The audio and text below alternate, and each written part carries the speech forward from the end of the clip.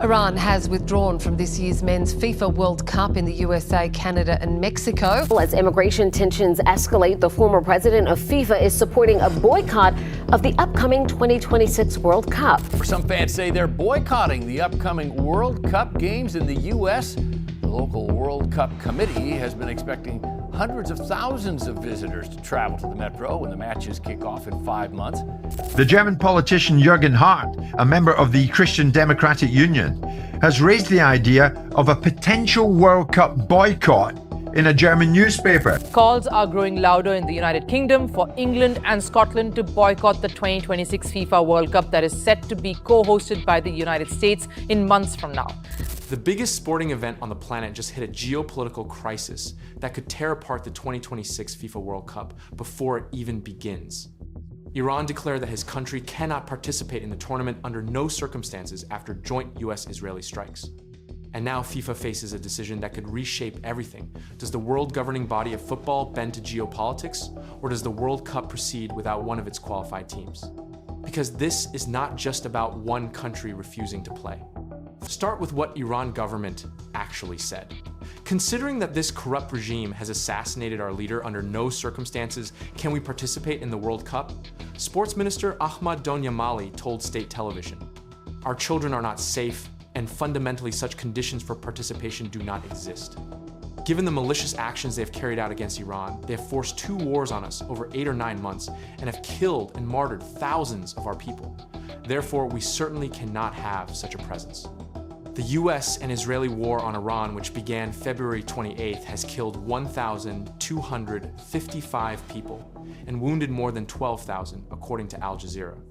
Tehran responded by launching waves of missiles and drones at Israel, several military bases in the Middle East where US forces operate, and at infrastructure in the region. Iran then attempted something unprecedented, moving their matches out of the United States entirely. On March 17th, Iran embassy in Mexico issued a statement attributed to Federation President Mehdi Taj, declaring they were negotiating with FIFA to relocate Iran World Cup games to Mexico. When Trump has explicitly stated that he cannot ensure the security of the Iranian national team, we will certainly not travel to America. We are currently negotiating with FIFA to hold Iran matches in the World Cup in Mexico, Taj stated. Mexican President Claudia Sheinbaum responded Tuesday that Mexico would have no problem hosting Iran matches if FIFA agrees. Of course, it is feasible. We have diplomatic relations with every country in the world, but we will wait to see what FIFA decides, Sheinbaum said. FIFA response came swift and decisive. FIFA is in regular contact with all participating member associations, including IR Iran, to discuss planning for the FIFA World Cup 2026. FIFA is looking forward to all participating teams competing as per the match schedule announced on 6th December 2025. A FIFA spokesperson stated, translation, no schedule changes. Several sources at FIFA pointed out that moving Iran matches would inconvenience other countries and cause commercial problems because tickets have been sold and global broadcast schedules and sponsorship deals agreed. Iran was scheduled to play 2 games at SoFi Stadium in Inglewood, California, and 1 at Lumen Field in Seattle against Group G opponents Belgium, Egypt, and New Zealand. The confusion and mixed signals from Iran reveal internal disagreement and uncertainty. On March 13th, the Iran national team issued a statement saying no one can exclude them from the World Cup, using the opportunity to criticize the United States for inability to provide security for participating teams. The World Cup is a historic and international event, and its governing body is FIFA, not any individual country. The Iranian national team also qualified for this event with authority and through consecutive victories becoming one of the first teams to reach this great tournament. Certainly no one can remove the Iranian national team from the World Cup. Rather, the country that should be removed is the one that merely carries the title of host but does not have the ability to ensure security for the teams participating in this event, the team wrote on social media. Meanwhile, US leadership sent equally contradictory messages.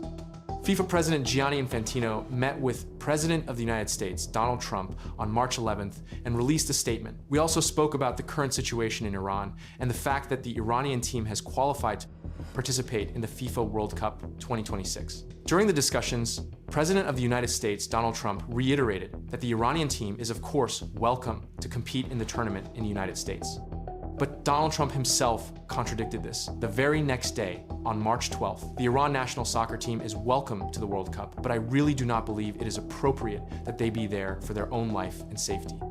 A week earlier, Donald Trump told Politico he really does not care if Iran plays at the World Cup. Then came the European reaction that transforms this from Iran-specific controversy into potential global crisis. Formed debates before the 2018 World Cup in Russia and calls for a boycott before the 2022 World Cup in Qatar. But playing in a country that is actively at war is even more dangerous. The political situation completely overshadows the tournament, Lowe told the Cologne Express newspaper. The German Soccer Federation ruled out a boycott in January despite calls from within to send a message to President of the United States, Donald Trump, but that was before the US and Israel attacked Iran on February 28th. Lowe's statement raises the question, if security concerns exist for Iran, do they exist for all participating teams? The stakes for FIFA are massive. If Iran officially withdraws, it would be one of the first major World Cup boycotts in decades. FIFA would face pressure to replace Iran with another qualified Asian team.